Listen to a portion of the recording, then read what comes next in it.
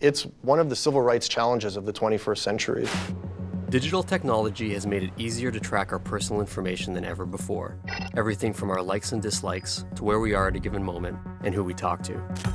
In 2013, Edward Snowden leaked documents from the NSA, revealing just how much of this personal information ends up in the hands of state surveillance programs. I want to know what this means for our personal privacy. I'll explore how hackers and activists are working to curb the increasing surveillance trend.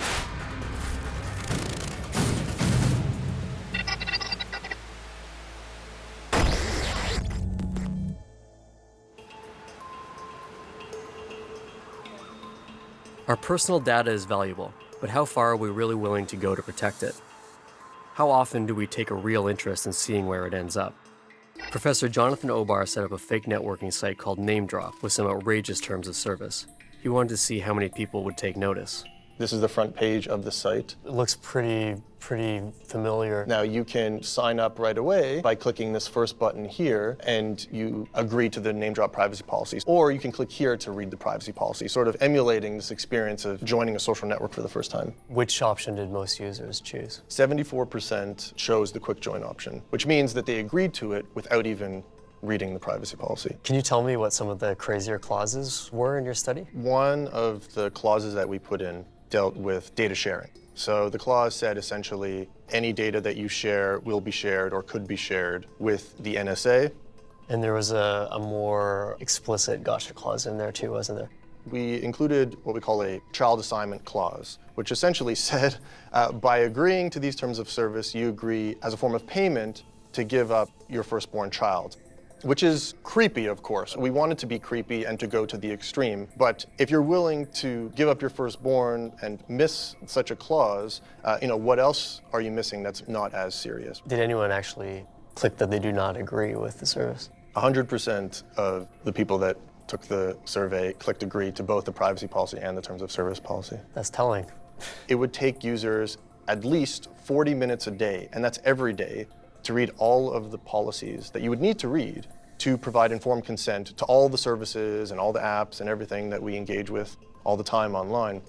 And that's just not realistic. What's at stake for users if they don't read these agreements? As one participant said, it's a cultural norm to ignore policies. And that's a problem, which suggests that this particular tool isn't working. It's not providing privacy protections. It's not providing digital reputation protections. So we need something better. NameDrop's terms of service may be fictional, but the truth is that most people have no idea and don't seem to care what they're signing off on. That's a real problem, because in today's world, your data can be used to manipulate you in terrifying new ways, whether by a political party trying to get your vote or that online advertisement that won't stop following you around. Cybersecurity expert Eric Perrant does deep web investigations on behalf of corporations and law enforcement, and increasingly, the tools he uses are publicly available, meaning pretty much anyone could be using these tools to dig into your past. I'm going to show you a couple tools that are actually out there that anybody can use. And when you put in something, a search parameter, so if I put in your name, for example, we've already got some hits here for different company names or locations. And you can actually navigate through the data, but there's a visualization, which is very interesting.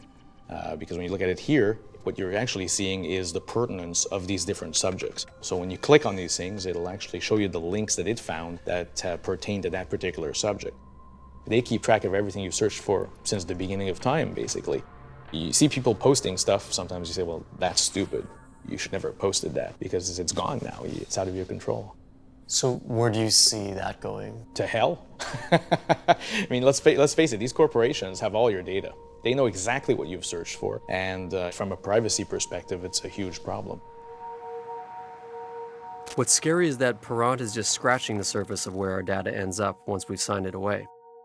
I visited Dr. Ann Kavukian at the Privacy and Big Data Institute to learn about just how massive a challenge getting control over our data will be, especially when so many different groups are after it. The Federal Trade Commission in the US did a study last year. They looked at 12 mobile health and fitness apps, and they found of the 12 devices they looked at, the information was flowing to 76 different third parties, unauthorized. 76, that's just one. I tell companies, look, you may collect information from individuals and you may have custody and control over that information, but you don't own that information. It doesn't belong to you. It belongs to the data subject to whom the information relates. I cannot tell you how different things have been since Edward Snowden's revelations, because he really revealed for the first time the massive amount of government surveillance taking place all around the world. Public distrust is at an all-time high. 90% of people were very concerned about their privacy, didn't know what to do about it. With so much pressure, there's no surprise that most people feel stuck when it comes to protecting their privacy online. Some members of the global hacking community are trying to pave a way forward. While the community doesn't always see eye to eye on how to protect personal data, almost all agree that it's something worth fighting for. David Mirza Ahmad is a former Black Hat hacker who's built an operating system to do just that. So you and your colleagues are developing an operating system that's designed to enhance people's privacy and give them more security. There's a spectrum of privacy-preserving technologies that you can use. In our project, we try to bring them together. Everything in Subgraph OS today goes out through the Tor network. And we have secure file sharing tools and secure email tools, and we have a secure chat tool. Your background is in the Black Hat world. Now you're on the open source side of things. Do you think that's a trend that we're going to see happen as well? The hacking subculture, it's not about crime. It's like just about understanding how things work and challenging arbitrary authority. There are places where governments are extremely aggressively monitoring for any kind of dissent. And privacy is like a question of life or death in some of these places. So I think a lot of people from our generation and the generation that's there now is continuing to be at the front of this movement to make sure that the internet remains an open, free, transparent platform. Thousands of hackers and activists around the world are pushing the limits when it comes to defending privacy and fighting back against surveillance. In many cases, they do so at extreme risk to their own personal freedom. In 2015, Canada passed sweeping surveillance laws as part of its new anti-terror legislation, Bill C-51. In response, hacktivists from Anonymous fired back with targeted operations against the Canadian political and security establishment. I connected with Anonymous hacktivist RAYMOND JOHANSEN to get an idea of how these operations work and why people risk so much to take part.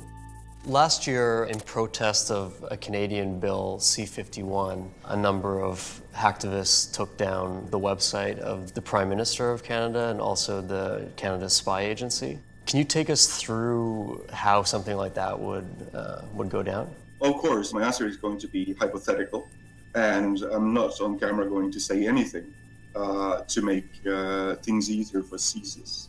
It works like this. A few people start to notice that something is going on. Let's say they read about the Patriot Act being imported to Canada in the form of a bill. Maybe it's called C-51. They get worried. Enough people start to do research and see that this is going to be wrong. Then they start to spread information. More people joins in, and some of them may start to work on attacking servers, and then maybe attempt a little hack and get a couple of documents out showing how badly the CSIS have acted in the past. Were there international hackers involved in the DDoSes of the Canadian government websites? I can definitely say yes, but I say that as having watched it from the outside. Regularly, I participate in swap meets where we exchange tasks.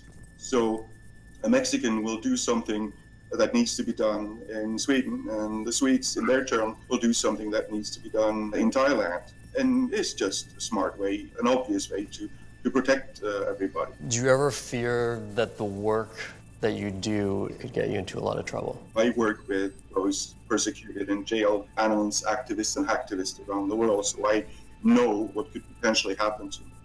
But you see, I have no sense of self-importance. I am no one. I am irrelevant. But, of course, as all activists, with boots on the ground or in front of a keyboard, I accept the risk. So what do you say to people who claim that they don't have anything to worry about, they're not doing anything wrong, and so they don't take any steps to secure their own security? You have walls on your house and you have curtains. Why do you have curtains? Of course, privacy matters. It's a human right. Our personal privacy is at risk like never before. As governments and corporations innovate new ways to use our data, the results are increasingly affecting how we live our lives, deciding things ranging from what apartments we can rent to whether or not we end up on a government watch list. We need to begin to ask ourselves, where do we draw the line? Has the line already been crossed? And how far are we willing to go to save privacy as we know it?